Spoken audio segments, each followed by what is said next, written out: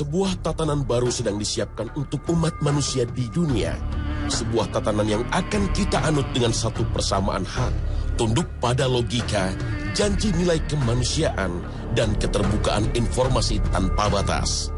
Pada saat itu, manusia akan mandiri seutuhnya.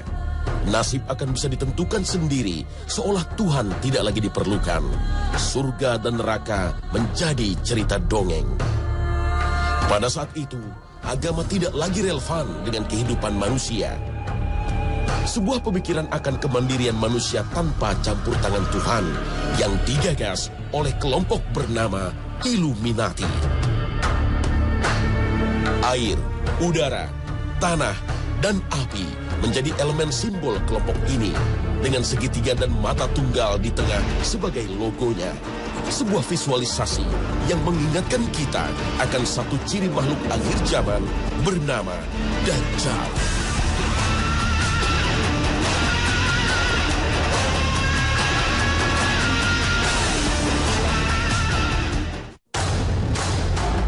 Assalamualaikum warahmatullahi wabarakatuh. Selamat pagi pemirsa. Khazanah kembali hadir untuk memberikan wawasan dan informasi kepada Anda. Tatanan dunia baru adalah sebuah konsep yang dibuat oleh dua organisasi rahasia yang dianggap paling berpengaruh di dunia, yaitu Freemason dan Illuminati. Illuminati yang berarti sang pencerah adalah sebuah organisasi yang diduga kuat didirikan pada tanggal 1 Mei 1776 oleh Adam Weishaupt. Tujuan utama pembentukan Illuminati adalah membuat manusia sempurna sebagaimana Tuhan tanpa Tuhan.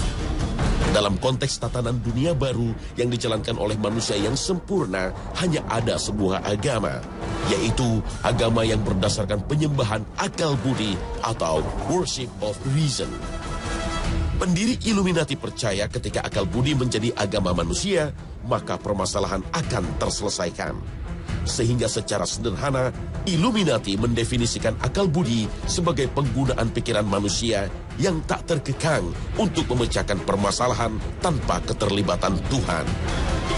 Tatanan dunia baru yang menghilangkan kuasa Allah Subhanahu wa Ta'ala atas hidup manusia ini sejatinya menentang kebenaran surat Yunus ayat ke-34. قل هل من شركائكم من يبدأ الخلق ثم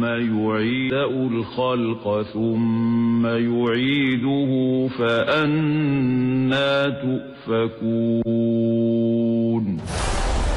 Kelompok Illuminati merupakan sebuah kelompok rahasia tertua yang telah terbentuk semenjak zaman Babilonia kuno. Di masa itu, terdapat sebuah menara Babel yang dibangun oleh Raja Namrud. Pembangunan menara Babel pada dasarnya adalah sebuah upaya manusia untuk menggapai langit. Sebuah simbol dari upaya manusia untuk meninggikan derajatnya. Islam secara tersirat telah menjelaskan adanya menara Babel dalam surat Al-Fajr ayat ke-6 hingga ke-8. Apakah kamu tidak memperhatikan bagaimana Tuhanmu berbuat terhadap kaum Ad, yaitu penduduk Iram yang mempunyai bangunan-bangunan yang tinggi yang belum pernah dibangun suatu kota seperti itu di negeri-negeri lain. Al-Quran, Surah Al-Fajr, ayat 6-8. Kesombongan umat manusia atas kecerdasan dan kemampuan berpikirnya membuat mereka berbuat zalim dan merusak dunia.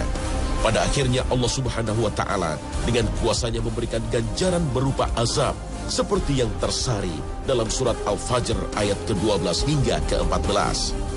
Lalu mereka berbuat banyak kerusakan dalam negeri itu. Karena itu Tuhanmu menimpakan kepada mereka cemeti azab. Sesungguhnya Tuhanmu benar-benar mengawasi.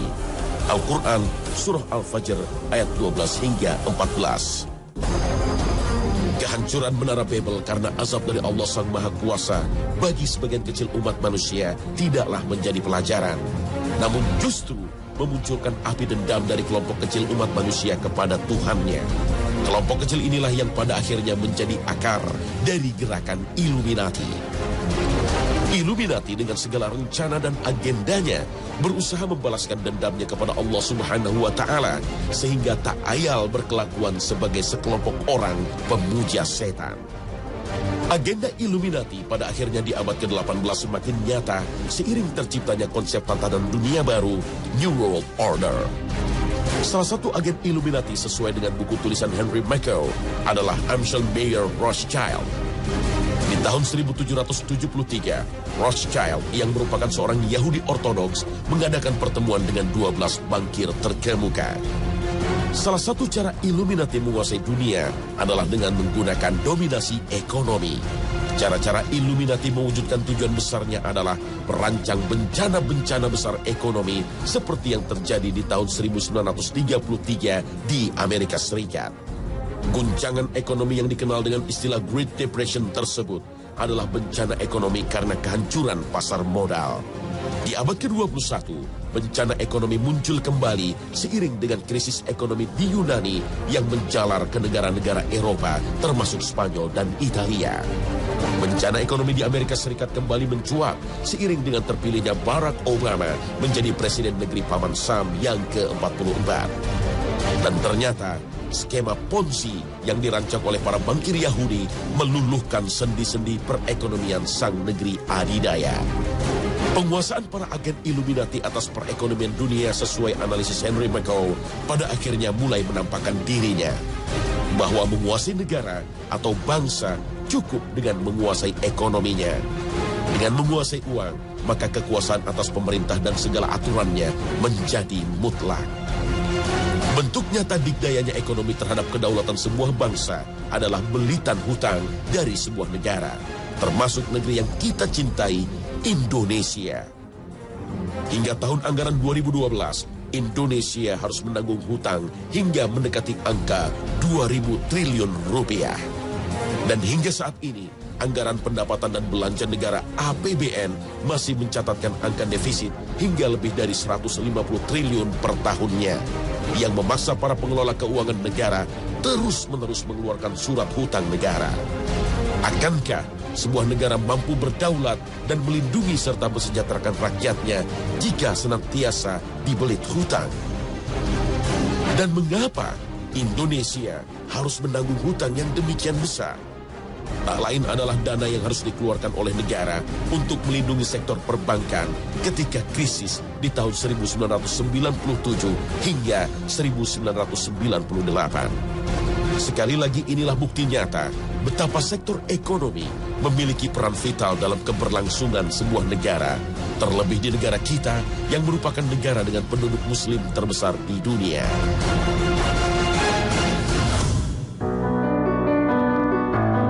Salah satu orang yang menulis mengenai agenda besar The New World Order adalah Constance Cambay.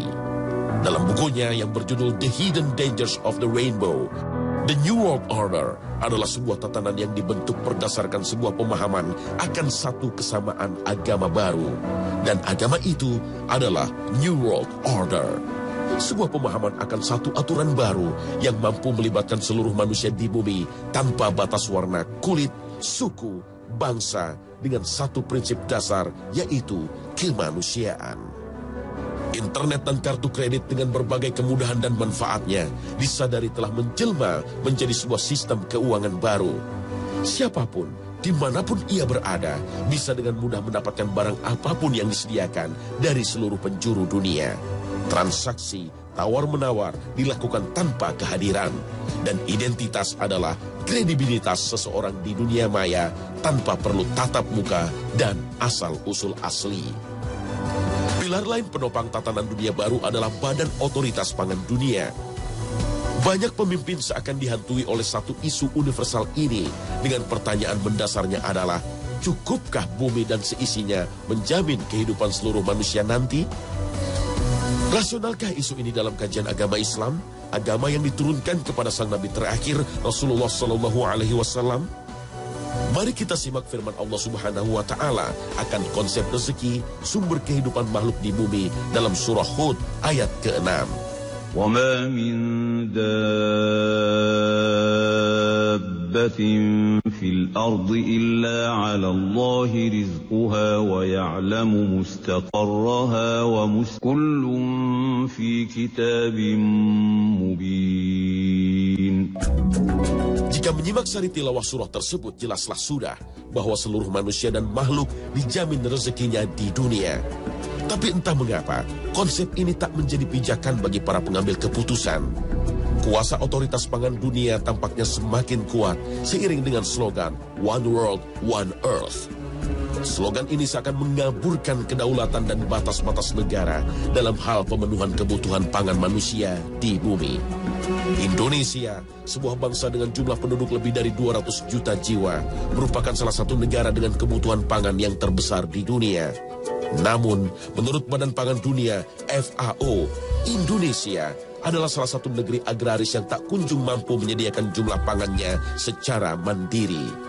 Ketidakmandirian pemenuhan pangan dalam negeri bisa diukur dari tiadanya anugerah FAO dalam hal bidang swasembada. Kegagalan pembangunan pertanian di negeri dengan tanah yang subur makmur berimbas pada kebijakan pemenuhan kebutuhan pangan. Dan ternyata kekuatan dunia seakan mendominasi seiring dengan kebijakan pemerintah saat ini untuk beternak sapi di tanah Australia. Kebijakan pemerintah ini seakan mengaburkan identitas bangsa kita. Benarkah 230 juta jiwa manusia Indonesia tak lagi mampu beternak sapi di negerinya sendiri? Dan ternyata tanah Australia di masa depan nanti tak hanya menjadi lahan beternak sapi-sapi Indonesia. Cina, negeri tirai bambu dengan jumlah penduduk lebih dari 1 miliar jiwa, telah mendapatkan lahan khusus untuk menjamin keberlangsungan peternakannya. Prinsip One World, One Earth inilah yang menjelaskan semakin dekatnya kita pada era tatanan dunia baru. Karena pilar selanjutnya dalam pembangunan The New World Order adalah sebuah pemerintahan dunia yang berkuasa penuh atas seluruh penduduk bumi. Di masa depan nanti, ada sebuah bentuk pemerintahan yang maha kuasa, sehingga semua harus tunduk dalam sebuah undang-undang universal. Peraturan tata kehidupan yang berlaku tersebut akan meleburkan batas teritori kedaulatan bangsa dan negara. Dan sekali lagi, kita harus membuka mata bahwa peradaban dunia semakin mendekat ke arah sana. Simak saja kuasa Dewan Keamanan Persatuan Bangsa-Bangsa. Dalam sebuah forum yang beranggotakan 5 anggota tetap dan 10 anggota tidak tetap itu, seluruh dunia seakan tunduk terhadap sebuah peraturan baku. Negara yang dianggap sebagai musuh bersama akan mendapat sanksi tegas, dan biasanya dalam bentuk embargo dan terjunnya pasukan perdamaian yang seringkali berujung pada tergulingnya pemerintahan. Indonesia bukanlah sebuah negara yang tak pernah lepas dari pengaruh kuasa Dewan Keamanan. Banyak sekali alat dan sistem pertahanan utama negeri ini yang harus teronggok dan terbengkalai karena embargo Amerika Serikat akibat kasus disintegrasi Timur Timur di penghujung era 90-an. Peraturan universal tak hanya dalam bentuk sistem pertahanan dan keamanan dunia. Perdagangan antar bangsa seakan dikendalikan oleh sebuah pasar besar yang dikelola oleh World Trade Organization, WTO. Lembaga yang juga berafiliasi dengan PBB ini memiliki kuku yang tajam dan kuat dalam mengatur perdagangan antar negara. Sebuah negara seakan tak memiliki kuasa penuh dalam hal menjual dan membeli barang dan komoditi. WTO seringkali memperingatkan bahkan memberikan sanksi kepada negara yang tak tunduk dan terkesan bandel dalam menetapkan bea masuk terhadap sebuah komoditas internasional. Sekali lagi, Indonesia adalah sasaran empuk produk-produk dunia terkait dengan besarnya jumlah penduduk dan kebutuhan rakyatnya. Di negeri yang membentang dari Sabang sampai Merauke ini, produk impor seakan mendominasi pasar barang dan jasa, mulai pakaian, sepatu, buah, gula, hingga beras.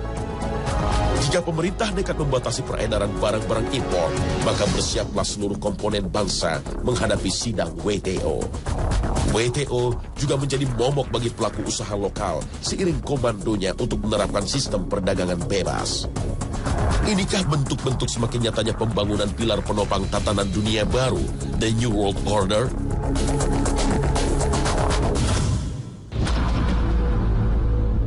Tatanan dunia baru seperti kajian Ralph Epperson akan dipimpin seorang yang adil dan bijaksana. Sang pemimpin ini disebutkan dengan banyak nama di banyak agama. Penganut Kristiani menyebutnya sebagai Kristus, bangsa Yahudi memanggilnya Mesiah, umat Buddha mengenalnya sebagai Buddha kelima. Pemeluk Hindu mempercayainya sebagai Krishna, dan kaum Muslim meyakininya sebagai Imam Mahdi. Tapi janganlah terlebih dahulu mempercayai konsep ini, karena dalam tatanan dunia baru tak ada nama-nama itu. Penggagas dan perancang dunia baru yang beragamakan New Age telah menetapkannya sebagai Lord Maitreya. Dalam The New World Order, Lord Maitreya dipercaya sebagai seorang anak yang lahir di tanggal 5 Februari 1962. Lord Maitreya inilah yang memimpin dunia baru dalam sebuah tatanan baru. Lord Maitreya adalah sebuah pemimpin dengan kuasa mutlak, termasuk sebagai pemimpin agama baru. Agama New Age adalah sebuah agama yang menghapuskan semua agama dunia. New Age adalah sebuah agama yang diklaim menyempurnakan manusia layaknya Tuhan. Konsep kedatangan Lord Maitreya sebagai pemimpin maha kuasa atas segala sesuatu di dunia ini jelaslah sulit diterima ajaran Islam. Islam, agama panutan ini, telah menggariskan panduan tauhid pada umatnya dalam Al-Quran. Kitab suci yang terjaga dan terpelihara kesuciannya hingga hari akhir tiba. Dalam Islam, tak ada satupun makhluk yang maha baik yang memiliki kemampuan untuk mengatur segala sesuatu. Dan hal ini telah tersirat dalam Al-Quran, surat Al-Baqarah ayat ke-148. وَلِكُلٍّ وِجْهَةٌ هُوَ مُوَلِّيهَا فَأَيْنَمَا تَكُونُوا يَأْتِ بِكُمُ اللَّهُ جَمِيعًا إِنَّ اللَّهَ عَلَى كُلِّ شَيْءٍ قَدِيرٌ.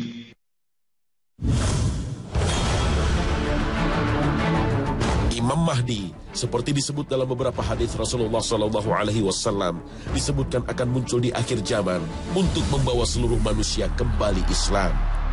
Bila tidak tersisa dari dunia kecuali 1 hari, tentu Allah akan panjangkan hari tersebut, sehingga Allah utus padanya seorang lelaki dariku atau dari keluargaku. Namanya seperti namaku dan nama ayahnya seperti nama ayahku. Ia memenuhi bumi dengan keadilan, sebagaimana sebelumnya telah dipenuhi dengan kezaliman dan keculasan. Hadis riwayat Abu Dawud. Selama masa kepemimpinan Imam Mahdi, maka kaum muslimin akan hidup dengan bertabur nikmat dan rezeki dari Allah Subhanahu wa Ta'ala. Munculnya Imam Mahdi akan membawa sebuah keadilan seperti yang disabdakan oleh Rasulullah SAW, memenuhi bumi dengan keadilan sebagaimana sebelumnya dipenuhi kezaliman. Kedatangan Imam Mahdi pada dasarnya akan mempersatukan kaum muslimin yang terpecah dan berkelompok-kelompok. Dan setelah mampu mempersatukan kaum muslimin, maka Imam Mahdi akan mampu menegakkan negara Islam dalam satu bendera di bawah panji Islam, agama terakhir dan penyempurna. Salah satu tugas besar Imam Mahdi di hari akhir adalah membunuh Dajjal.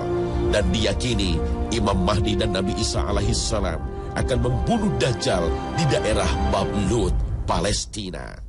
Wallahu a'lam bissawab. Terkait dengan Dajjal, ada beberapa pendapat tentang sosoknya. Salah satu pendapat sesuai dengan hadis Rasulullah SAW adalah sebuah makhluk dengan mata satu. Namun, secara spirit ada juga yang menafsirkan Dajjal adalah sebuah sistem atau negara yang ciri dan sifatnya seperti yang menempel pada Dajjal. Beberapa pendapat tersebut mengarah kepada Amerika Serikat. Salah satunya terdapat dalam lambang negara Amerika Serikat di bagian belakang. Terdapat sebuah kalimat dalam bahasa Latin yang berbunyi Novus Ordo Seclorum. Dan jika diartikan, kalimat Latin tersebut berbunyi tatanan dunia baru, The New World Order. Bukti mengarah semakin kuat ketika terdapat sebuah simbol, sebuah mata yang terletak dalam sebuah piramida terputus. Piramida terkait dengan Mesir dan Lord Maitreya sejatinya merupakan anak dewa matahari yang dikenal di peradaban Mesir kuno.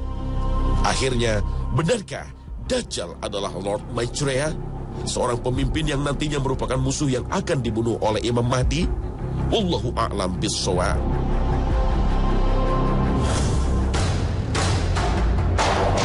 Pemirsa, agenda Illuminati yang mengusung konsep New World Order adalah cita-cita dan agenda manusia.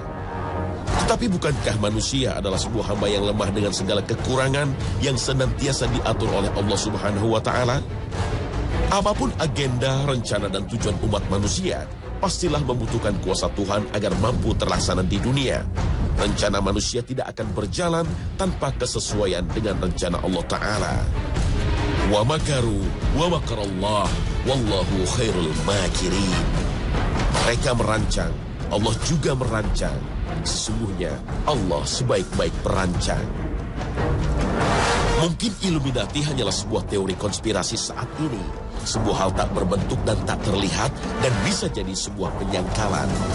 Namun gerakan sejenis yang senafas toh nyata-nyata hadir di tengah kita.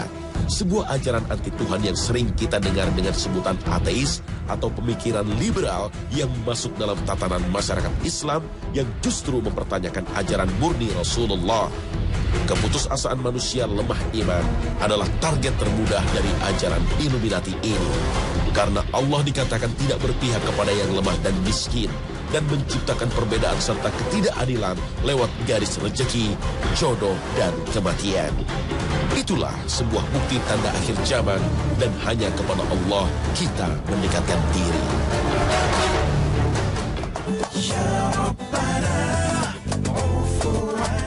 Nah pemirsa, demikian Khazanah hari ini. Semoga dapat memberikan manfaat untuk semuanya. Tetap saksikan Khazanah setiap Senin sampai Jumat pukul 5.30 pagi. Wassalamualaikum warahmatullahi wabarakatuh.